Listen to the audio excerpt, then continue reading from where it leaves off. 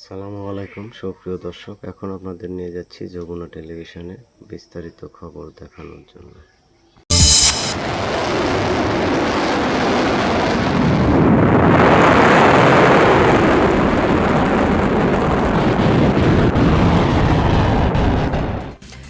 Israeli ভূখণ্ড লক্ষ্য করে ইরানের একটানা মিসাইল হামলা, বড় দুই শহরে ব্যাপক ক্ষয়ক্ষতি, পাল্টা আক্রমণে কুদস ফোর্সের কমান্ডারকে হত্যার দাবি তেল আবিবের। জাতিসংঘের অধিবেশনে ইরান ও ইসরায়েলের প্রতিনিধিদের মধ্যে তীব্র বিবাদ, তেহরানের পক্ষ নিয়ে তেল আবিবকে তুলোধুনো চীন ও রাশিয়ার। ইসলামাবাদ ওয়াশিংটন সম্পর্কে নাটকীয় মোড়, ট্রাম্পের সাথে পাকিস্তানি সেনাপ্রধানের বৈঠকের পর দুই দেশের সম্পর্ক পৌঁছেছে অনন্য উচ্চতায়, মত বিশ্লেষকদের।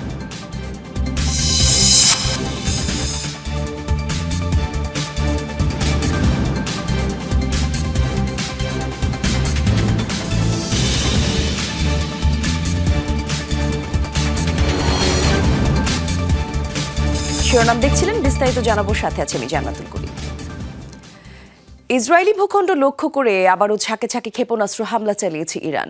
বিপ্লবী গার্ড বাহিনীর প্রকাশিত ভিডিওতে দেখা যায় অজ্ঞাত স্থান থেকে বিভিন্ন পাল্লার অন্তত 10টি মিসাইল ছুড়েছে ইরান। এদিকে সংঘাতের নবম দিনে তেহরান সহ ইরানের বিভিন্ন স্থানে হামলা অব্যাহত রেখেছে ইসরায়েলি সামরিক বাহিনী। বেসামরিক এলাকার পাশাপাশি আইআরজিসির বিভিন্ন মিসাইল লঞ্চিং প্যাড লক্ষ্য করে চালানো হয়েছে বিমান হামলা। নেতানিয়াহুর হুঁশিয়ারি, যতদিন প্রয়োজন ইরানে ততদিন হামলা চালানো হবে। ইসরায়েলি ভূখণ্ড লক্ষ্য করে ছুটে চলেছে একের পর এক ইরানি ক্ষেপণাস্ত্র। শনিবার এই ভিডিও প্রকাশ করে ইরানের বিপ্লবী গার্ড বাহিনী আইআরজিসি, যাতে দেখা যায় ইসরায়েলি ভূখণ্ড লক্ষ্য করে বিভিন্ন পাল্লার ক্ষেপণাস্ত্র ছোড়া হচ্ছে, যার মধ্যে রয়েছে ব্যালিস্টিক এবং ক্রুজ মিসাইল।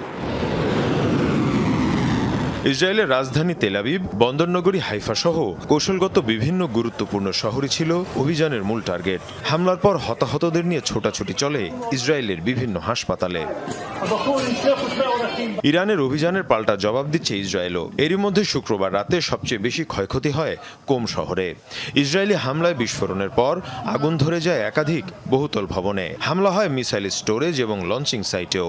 আকাশ প্রতিরক্ষা ব্যবস্থা ব্যবহার করে বেশ কিছু ইসরায়েলি ক্ষেপণাস্ত্র ধ্বংসের দাবি করে তেহরান। এদিকে ইরানের ক্ষেপণাস্ত্র হামলায় ক্ষতিগ্রস্ত একটি বিজ্ঞান ইনস্টিটিউট পরিদর্শন করেন ইসরায়েলি প্রধানমন্ত্রী বেনিয়ামিন নেতানিয়াহু। এ সময় হুঁশিয়ারি জানিয়ে তিনি বলেন, যতদিন প্রয়োজন ততদিন চলবে ইরানে হামলা। যতদিন প্রয়োজন ততদিনই হামলা চলবে, কারণ আমাদের অস্তিত্ব হুমকির মুখে, তাও ডাবল হুমকি। একদিকে আছে মিসাইল, একটি দুটি নয়, 20,000 মিসাইল, আর অন্যদিকে রয়েছে পারমাণবিক বোমা, তাও এই উন্মাদ শাসক গোষ্ঠীর হাতে। শনিবার ইরানের ইস্পাহান পরমাণু কেন্দ্রে ব্যাপক হামলা চালায় ইসরায়েল। এ সময় বিভিন্ন অবকাঠামোয় বিস্ফোরণ হয়েছে বলে জানায় দেশটির গণমাধ্যম। মীর মুশফিকা হাসান, যমুনা নিউজ। ইসরায়েলের হামলায় নিহত হয়েছেন আলোচিত কুদস ফোর্সের কমান্ডার সাইদ ইজাদি। শনিবার বিবৃতিতে এই দাবি করে ইসরায়েলি সামরিক বাহিনী। বিবৃতিতে বলা হয়, তেহরানের প্রাণকেন্দ্র একটি সেফ হাউস ছিল ইজাদি, আর তার অবস্থান লক্ষ্য করেই চালানো হয় ক্ষেপণাস্ত্র হামলা। ওই হামলায় নিহত হন তিনি, আর কুদস ফোর্সের ফিলিস্তিন শাখার প্রধান ছিলেন ইজাদি। এর আগে আইডিএফের হামলায় নিহত হন বিপ্লবী গার্ড বাহিনীর কমান্ডার আমিনপুর জুদাকি। আইআরজিসির সেকেন্ড ড্রোন ইউনিটের প্রধান ছিলেন তিনি।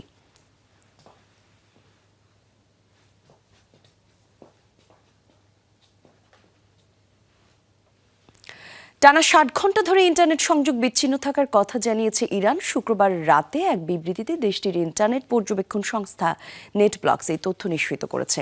নিরাপত্তাজনিত কারণে সরকারের পক্ষ থেকেই বন্ধ রাখা হয়েছে এই সেবা। ইন্টারনেট ব্ল্যাকআউটের কারণে যোগাযোগ থেকে বিচ্ছিন্ন রয়েছে দেশের কোটি কোটি মানুষ। আত্মীয় স্বজনের খোঁজ নিতে না পারায় উদ্বেগ উৎকণ্ঠায় দিন কাটছে তার মানুষের, আর জানতে পারছেন না ইসরায়েলের হামলার খবরও। বিভিন্ন মানবাধিকার সংস্থার দাবি, যুদ্ধ পরিস্থিতিতে তথ্য নিয়ন্ত্রণের এমন উদ্যোগ নিয়েছে ইরানি শাসক গোষ্ঠী। এটিকে জনগণের রাজনৈতিক মত প্রকাশ এবং স্বাধীনভাবে যোগাযোগের অধিকার হরণ বলে অভিযোগ তুলেছেন অনেকে। নানা উপায়ে সীমিতভাবে ইন্টারনেট ব্যবহার করতে পারছেন কেউ কেউ। ইসরায়েলে নতুন করে অস্ত্রের চালান পাঠিয়েছে যুক্তরাষ্ট্র এবং জার্মানি। ইরানে হামলার শুরুর পর থেকে এখন পর্যন্ত 14টি কার্গো বিমানে করে অস্ত্র পাঠানো হয় ইসরায়েলে। বৃহস্পতিবার সমরাস্ত্রের এসব চালান পৌঁছায় ইসরায়েলে। ইসরায়েলি প্রতিরক্ষা মন্ত্রণালয় বরাত দিয়ে এই তথ্য জানিয়েছে বার্তা সংস্থা আনাদুল। 2023 সালের 7 অক্টোবর ইসরায়েলি যুদ্ধ শুরুর পর থেকে এখন পর্যন্ত 800 কার্গো সমরাস্ত্রের চালান পাঠানো হয়েছে ইসরায়েলে।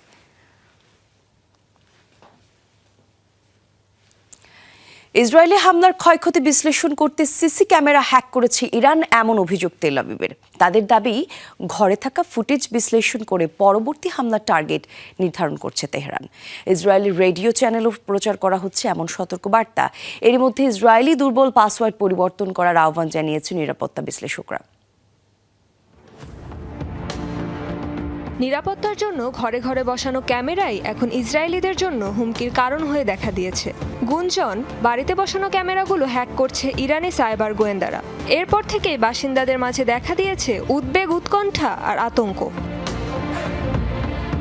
গেল সপ্তাহে তেল আবিবে ইরানের মিসাইল আঘাত হানার পর থেকে ইসরায়েলের এক সাবেক সাইবার নিরাপত্তা কর্মকর্তা রেডিওতে সতর্কবার্তা প্রদান করেন। প্রত্যেকের বাসার সিসি ক্যামেরা বন্ধ রাখতে কিংবা পাসওয়ার্ড পরিবর্তনের পরামর্শ দেন তিনি। বলেন, ক্যামেরা হ্যাক করার মাধ্যমে ফুটেজ বিশ্লেষণ করে মিসাইল ঠিক কোথায় আঘাত হেনেছে তা বোঝার চেষ্টা করছে ইরানিরা। এসব তথ্য বিশ্লেষণ করে ইরান ভবিষ্যতে আরও নিখুঁতভাবে হামলার পরিকল্পনা করতে পারে বলে ধারণা করা হচ্ছে। ইসরায়েলের সাইবার দপ্তর নিশ্চিত করেছে, যুদ্ধ পরিকল্পনার অংশ হিসেবে ইন্টারনেট সংযুক্ত ক্যামেরাগুলোকে টার্গেট করছে তেহরান। সংঘাত শুরুর পর থেকে বারবার ঘটছে এ ধরনের হ্যাকিং।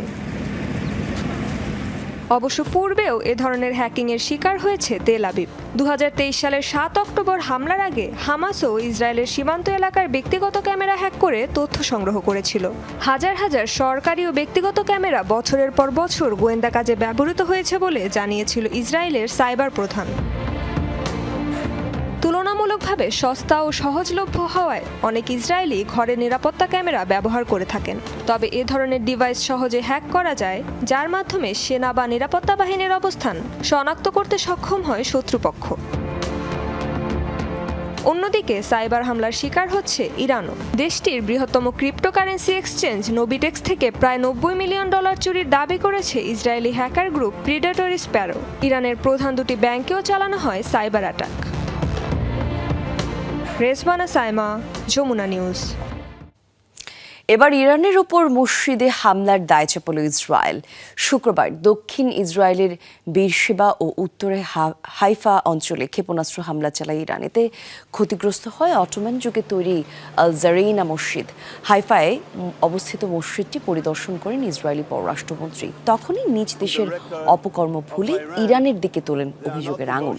জানান, ইচ্ছে করেই মসজিদ আর সাধারণ ইসরায়েলিদের উপর হামলা চালাচ্ছে তেহরান।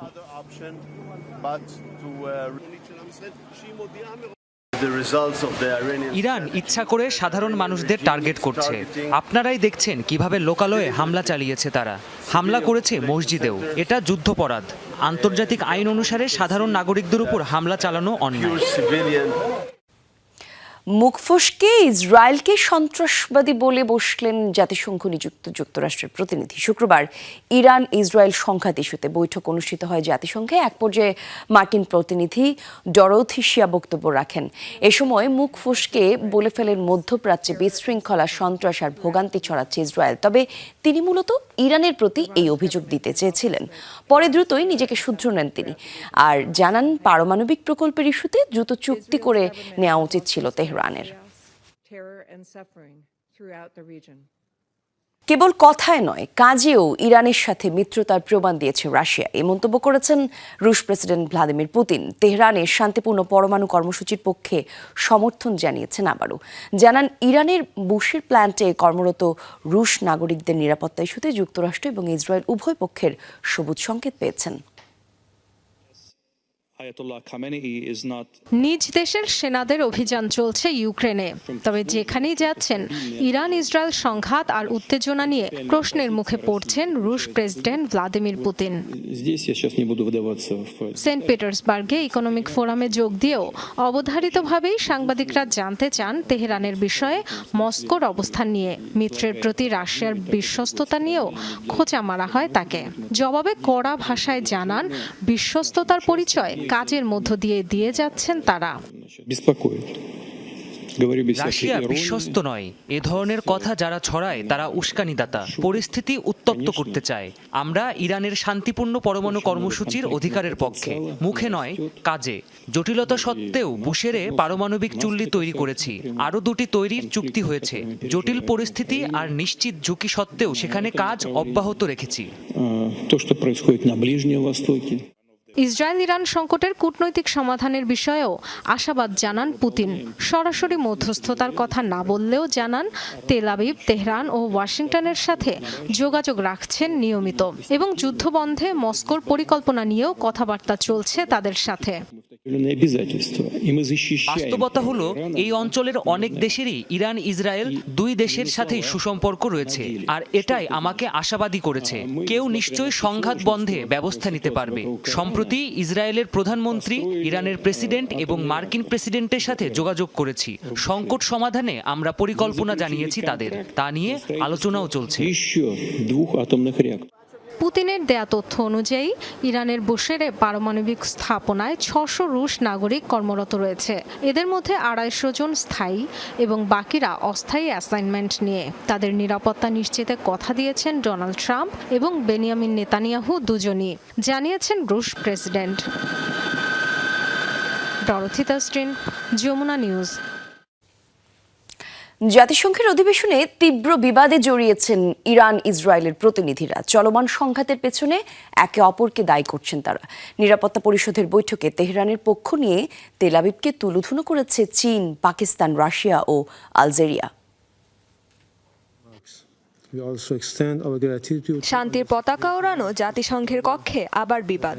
চলমান ইরান ইসরায়েল সংঘাত ইস্যুতে শুক্রবার নিরাপত্তা পরিষদের অধিবেশনে তৈরি হয় উত্তপ্ত পরিস্থিতি। তীব্র বাকবিতণ্ডায় জড়ান তেহরান ও তেল আবিবের প্রতিনিধি। ইসরায়েলকে হত্যাকারী ও অন্য দেশের সার্বভৌমত্ব লঙ্ঘনকারী আখ্যা দেন ইরানের রাষ্ট্রদূত আমির সাইদ ইরাভানি। বক্তব্যের সময় আইডিএফ এর হামলায় নিহত শিশুদের ছবি তুলে ধরেন তিনি। যুক্তরাষ্ট্রের অবস্থান নিয়েও তীব্র সমালোচনা করেন ইরাভানি। নিরাপত্তা পরিষদ দায়িত্ব না নিলে ইসরায়েলের বিরুদ্ধে আত্মরক্ষার লড়াই চালিয়ে যাওয়ার হুঁশিয়ারিও দেন তিনি। যুক্তরাষ্ট্র প্রকাশ্যে ইরানের পারমাণবিক স্থাপনায় হামলা চালানোর হুমকি দিচ্ছে, যা জাতিসংঘ সনদের লঙ্ঘন, আমাদের সার্বভৌমত্বের প্রতি আঘাত। এমন এক দেশের রাষ্ট্রপ্রধান একথা বলেছেন যে দেশটি নিজেই নিরাপত্তা পরিষদের স্থায়ী সদস্য। যতদিন কাউন্সিল তার দায়িত্ব পালন না করবে এবং ইসরায়েলের আগ্রাসন বন্ধ না হবে, আত্মরক্ষার অধিকার প্রয়োগ করে যাবে ইরান। ইসরায়েলের হাসপাতালে ক্ষেপণাস্ত্র হামলার জন্য ইরানকে দায়ী করেন জাতিসংঘে নিযুক্ত ইসরায়েলের রাষ্ট্রদূত ড্যানি ড্যানন। দাবি করেন সারা বিশ্বকে রক্ষার মিশনে নেমেছে তারা। আমরা যা করেছি নিরাপত্তা পরিষদের তা আগেই করা উচিত ছিল। যখন গোটা বিশ্ব দ্বিধায় ভুগছে, আমরা তখন সাহস দেখিয়েছি। আমাদের দেশ ও পরিবার বিপদে থাকলেও যতক্ষণ না ইরানের পারমাণবিক হামলার হুমকি বন্ধ হবে, ততক্ষণ লড়াই চালিয়ে যাব আমরা। এটা শুধু ইসরায়েলের নয়, সারা বিশ্বের লড়াই।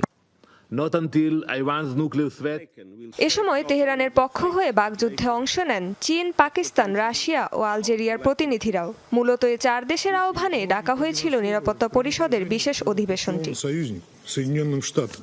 ইসরায়েলের বিরুদ্ধে আন্তর্জাতিক আইন ভঙ্গের অভিযোগ করে চীন। একই সুরে কথা বলে পাকিস্তানও। তেল আবিবের মদতদাতা দেশগুলোর সমালোচনা করে রাশিয়া। রেজবানা সাইমা, যমুনা নিউজ। ইরানের সাথে লড়াইয়ে সহায়তা করায় মার্কিন সামরিক বাহিনীকে ধন্যবাদ জানিয়েছেন ইসরায়েলের প্রতিরক্ষা মন্ত্রী। আকাশ প্রতিরক্ষা বাহিনীর সদস্যদের সাথে বৈঠকে এই কথা জানান ইসরায়েল কাদস। গেল শুক্রবার ইরানে হামলা চালায় ইসরায়েল, যার জবাবে পাল্টা মিসাইল ছুড়ে তেহরান। এরপর থেকেই চলছে পাল্টাপাল্টি লড়াই। চলমান সংঘাতে ইসরায়েলকে সামরিক সহায়তা দিয়ে আসছে যুক্তরাষ্ট্র। মিত্র হিসাবে এই ধরনের পদক্ষেপ নেয় মার্কিন সামরিক বাহিনীকে ধন্যবাদ জানান ইসরায়েল কাদস।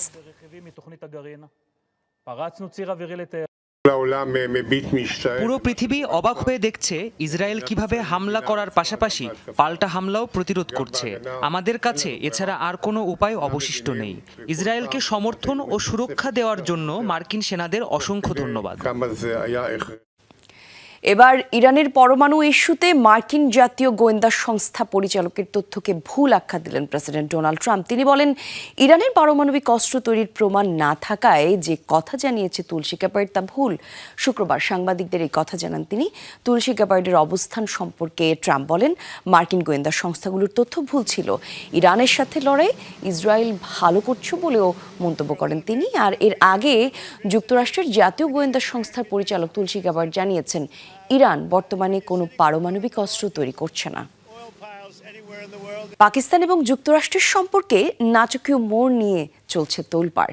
দ্বিতীয় দফায় ক্ষমতায় এসেই দক্ষিণ এশিয়ার দেশটির সাথে সুসম্পর্কের ইঙ্গিত দিয়েছেন মার্কিন প্রেসিডেন্ট ডোনাল্ড ট্রাম্প। প্রথম মার্কিন প্রেসিডেন্ট হিসেবে পাকিস্তানের কোনো সেনাপ্রধানকে আমন্ত্রণ জানিয়েছেন হোয়াইট হাউসে। সম্প্রতি বেশ কয়েকবারই ইসলামাবাদের প্রশংসাও করতে দেখা গেছে ট্রাম্পকে। এদিকে গত মে মাসে হওয়া সংঘাত বন্ধের ঘটনায় ইসলামাবাদ যুক্তরাষ্ট্রকে কৃতিত্ব দিলেও দেশটির ভূমিকা অস্বীকার করেছে ভারত। প্রথমবার হোয়াইট হাউসে মার্কিন প্রেসিডেন্টের সাথে পাকিস্তানের কোনো সেনাপ্রধানের বৈঠক। এর আগে আইয়ুব খান, মোহাম্মদ জিয়াউল হক ও পারভেজ মোশাররফ হোয়াইট হাউসে অতিথি হলেও তা হয়েছেন রাষ্ট্রপ্রধান থাকাকালীন। আসিম মুনিরের যুক্তরাষ্ট্র সফরকে এরই মধ্যে ঐতিহাসিক আখ্যা দেওয়া হচ্ছে। রাগঢাক ছাড়াই সম্প্রতি বেশ কয়েকবার পাকিস্তানের প্রশংসা করেছেন ডোনাল্ড ট্রাম্প। বৃহস্পতিবার আসিম মুনিরের সাথে প্রায় 2 ঘন্টার বৈঠকও করেছেন। 7 বছর আগেও প্রথম দফায় প্রেসিডেন্ট থাকাকালীন পাকিস্তানকে সন্ত্রাসীদের আশ্রয়স্থল আখ্যা দেয়া ট্রাম্প হঠাৎ কেন এতটা বদলে গেলেন তা নিয়ে উঠছে নানা প্রশ্ন। এমন পরিস্থিতিতে প্রশ্ন উঠছে, তবে কি পাকিস্তান ইস্যুতে অবস্থান বদলালো যুক্তরাষ্ট্র? এর আগে প্রেসিডেন্ট থাকাকালীন বাইডেনও পাকিস্তানকে সবচেয়ে বিপজ্জনক দেশগুলোর একটি আখ্যা দিয়েছিলেন। পাকিস্তানের সেনাপ্রধানকে মধ্যাহ্নভোজের আমন্ত্রণ জানিয়ে ট্রাম্প প্রোটোকল ভেঙেছেন। এটি স্পষ্ট ইঙ্গিত দেয় যে পাকিস্তান কেবল যুক্তরাষ্ট্রের রাডারেই নেই, বরং মিত্রের তালিকাতেও ঢুকে গেছে। 1947 সালে স্বাধীন হওয়ার পর থেকে বৈশ্বিক নানা সংকটে যুক্তরাষ্ট্রকে সমর্থন দিয়ে গেছে পাকিস্তান। ইতিহাসবিদরা বলছেন, বিভিন্ন সময় ঘনিষ্ঠতা থাকলেও তাদের সম্পর্ক ছিল স্বার্থকেন্দ্রিক, তাই দূরত্ব তৈরি হতেও সময় লাগেনি। আবারও কেন পাকিস্তানকে কাছে টানছে যুক্তরাষ্ট্র? সবশেষ পাক ভারত সংঘাতে মধ্যস্থতা ইস্যুতে ঘুচেছে 2 দেশের দূরত্ব। প্রতিবেশী 2 দেশের সংঘাত বন্ধের জন্য যুক্তরাষ্ট্রকে শুরু থেকে কৃতিত্ব দিয়ে আসছে পাকিস্তান। উল্টো ভারত ট্রাম্পের ভূমিকাকে অস্বীকার করে আসছে। পাশাপাশি প্রতিরক্ষা ও ইলেকট্রনিক্স সরঞ্জাম তৈরিতে ব্যবহৃত বিরল খনিজ রয়েছে পাকিস্তানে, যার জন্য বিদেশি বিনিয়োগ খুঁজছে দেশটি। বলা হচ্ছে, এসব কারণেই ঘনিষ্ঠতা বাড়ছে পাকিস্তান ও ট্রাম্পের। মোস্তফা মাহমুদ, যমুনা নিউজ। ইরানের সাথে পাকিস্তান সীমান্ত বন্ধ ঘোষণা করায় ব্যাপক ক্ষতির সম্মুখীন হচ্ছেন ব্যবসায়ীরা। টানা 6 দিন ধরে বন্ধ রয়েছে পাকিস্তান ইরান সীমান্ত চলাচল। এতে তাফতান সীমান্তে পণ্যবাহী বহু ট্রাক আটকে রয়েছে। দুদেশের মধ্যবর্তী এই বর্ডার দিয়েই জ্বালানি, খাদ্য আর দৈনন্দিন প্রয়োজনীয় বিভিন্ন পণ্য আমদানি রপ্তানি করে দেশ দুটি। ব্যবসায়ীদের দাবি, ট্রাক প্রতি প্রায় 20,000 রুপি ক্ষয়ক্ষতির সম্মুখীন হচ্ছেন তারা। রোববার ইরান ইসরায়েলের মধ্যে সংঘাতের জেরে তেহরানের সাথে সীমান্ত চলাচল বন্ধের সিদ্ধান্ত নেয় পাকিস্তান। ভূমিকম্পে কেঁপে উঠল ইরানের ফেরদো পারমাণবিক স্থাপনার কাছাকাছি এলাকা। শুক্রবার স্থানীয় সময় রাত 9:19 তেহরানের অদূরে সেমনান প্রদেশে অনুভূত হয় 5.1 মাত্রার কম্পন। সেমনান শহর থেকে প্রায় 37 কিলোমিটার দূরেও ছিল উৎপত্তিস্থল। ভূপৃষ্ঠ থেকে 10 কিলোমিটার গভীরে ছিল কেন্দ্র। কম্পন অনুভূত হয় কোম প্রদেশ এবং তেহরানেও। কোম প্রদেশেই ফেরদো পারমাণবিক স্থাপনার অবস্থান। তবে এই কম্পন প্রাকৃতিক নয় বলে সন্দেহ প্রকাশ করছে ইসরায়েলের সেনাবাহিনী। আইডিএফের দাবি, ইরান পারমাণবিক বোমার পরীক্ষা চালানোর সৃষ্টি হয়েছে এই ভূমিকম্প।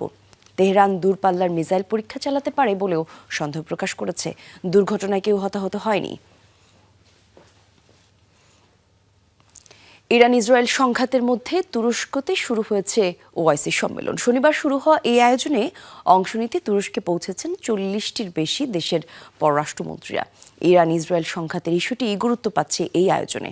সংঘাত বন্ধে কার্যকর পদক্ষেপ নেওয়ার পাশাপাশি ইসরায়েলি আগ্রাসন বন্ধেরও উদ্যোগ নেবে ওআইসির নেতারা। উত্তেজনার মাঝে ওআইসি সভায় উপস্থিত হয়েছে ইরানের পররাষ্ট্রমন্ত্রী আব্বাস আরাগাচি। এর মধ্যে জানিয়েছেন, চলমান পরিস্থিতি নিয়ে ইসরায়েল কিংবা যুক্তরাষ্ট্রের সাথে কোনো ধরনের আপোষে যাবে না তেহরান। অবশেষে মুক্তি পেলেন ফিলিস্তিনিপন্থী শিক্ষার্থী মাহমুদ খলিল। শুক্রবার যুক্তরাষ্ট্রের কলম্বিয়া বিশ্ববিদ্যালয়ের শিক্ষার্থীকে অবিলম্বে মুক্তি দেওয়ার আদেশ দেন আদালত। দীর্ঘ 3 মাস পর যুক্তরাষ্ট্রের লুজিয়ানা ডিটেনশন সেন্টার থেকে মুক্তি পান এই ফিলিস্তিনিপন্থী যুবক। মুক্তির পর ফিলিস্তিনি জাতির প্রতি কেফায়া পড়ে থাকতে দেখা যায় তাকে। খলিলের মুক্তিকে বড় বিজয় হিসেবে দেখছেন ফিলিস্তিনিপন্থীরা। তার মুক্তির দাবিতে দীর্ঘদিন ধরে যুক্তরাষ্ট্রের বিভিন্ন শহরে বিক্ষোভ করে আসছিল তারা। ট্রাম্প প্রশাসনের বিরুদ্ধে বাক স্বাধীনতা ক্ষুণ্ণের অভিযোগ তোলেন বিক্ষোভকারীরা। গেল মার্চ মাসে ফিলিস্তিনি ইসরায়েলের হামলার প্রতিবাদ করেন খলিল, আর যুক্তরাষ্ট্রে ইসরায়েলের বিরুদ্ধে আন্দোলনের অন্যতম নেতৃত্ব দেন তিনি। আর এই অপরাধে তাকে গ্রেফতার করে মার্কিন পুলিশ।